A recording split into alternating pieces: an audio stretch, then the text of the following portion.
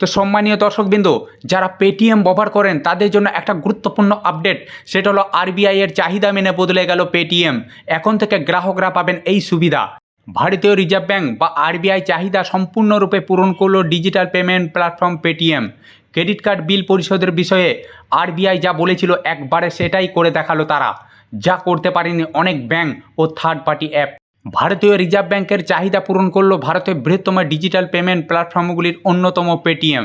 সম্প্রতি দেশের সব ব্যাংক এবং ক্রেড ও ফোনপের মতো থার্ড পার্টি ডিজিটাল পেমেন্ট প্ল্যাটফর্মগুলিকে ক্রেডিট কার্ড বিল পরিশোধ সংক্রান্ত কিছু গুরুত্বপূর্ণ কাজ করার নির্দেশ দিয়েছিল রিজার্ভ ব্যাংক।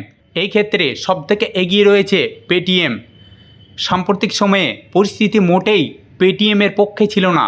আরবিআই এর বেশ কিছু কঠোর আদেশের সম্মুখীন হতে হয়েছিল সংস্থাটিকে, কিন্তু এখন তারা সেই সময় কাটিয়ে উঠেছে বলে মনে করা হচ্ছে।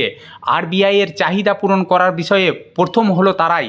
গত ফেব্রুয়ারি মাসে ভারতীয় রিজার্ভ ব্যাংক দেশের সমস্ত ব্যাংক এবং থার্ড পার্টি অ্যাপগুলিকে শুধুমাত্র ভারত বিল পেমেন্ট সিস্টেম বা বিবিপিএস প্ল্যাটফর্মের মাধ্যমে ক্রেডিট কার্ড বিল পেমেন্ট করার নির্দেশ দিয়েছিল।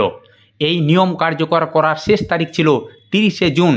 পেটিএম বলছে, বর্তমানে যে সমস্ত ব্যাঙ্কগুলি ক্রেডিট কার্ড বিল পরিশোধের জন্য বিবিপিএস প্ল্যাটফর্মে চলে বর্তমানে যে সমস্ত ব্যাঙ্কগুলি ক্রেডিট কার্ড বিল পরিশোধের জন্য বিবিপিএস প্ল্যাটফর্মে চলে গিয়েছে তাদের অ্যাপ শুধুমাত্র এই সব ব্যাংকের ক্রেডিট কার্ড বিল পেমেন্টের সুবিধাই পাওয়া যাবে। এই ব্যাঙ্কগুলির মধ্যে রয়েছে State Bank of India, Kotak Mahindra bank, IndusInd bank, IDBI bank, UD small finance bank, Canara bank, bank of Baroda. কিন্তু দেশে এখনও অনেক ব্যাঙ্ক ও থার্ড পার্টি অ্যাপই এই নিয়ম বাস্তবায়িত করে উঠতে পারেনি। 30শে জুনের পরও ক্রেড এবং ফোনপের মতো থার্ড পার্টি অ্যাপগুলি এখনও ব্যবহারকারীদের আইএমপিএস, এনএফটি বা ইউপিআই এর মাধ্যমে ক্রেডিট কার্ড বিল পেমেন্ট করতে দিচ্ছে। একই সময়ে এইচডিএফসি ব্যাঙ্ক, অ্যাক্সিস ব্যাঙ্ক এবং আইসিআইসিআই ব্যাঙ্কের মতো ক্রেডিট কার্ড বাজারের বড় নামগুলিও এখনও বিবিপিএসে নিজেদের স্থানান্তরিত করেনি। তারাই আইএমপিএস, এনএফটি বা ইউপিআইয়ের ওপর নির্ভরশীল। এখনও অবধি যে সমস্ত ব্যাঙ্ক এবং অ্যাপ এই নিয়ম অনুসরণ করেনি তারা আরবিআইয়ের কাছে 90 দিন সময় চেয়েছে।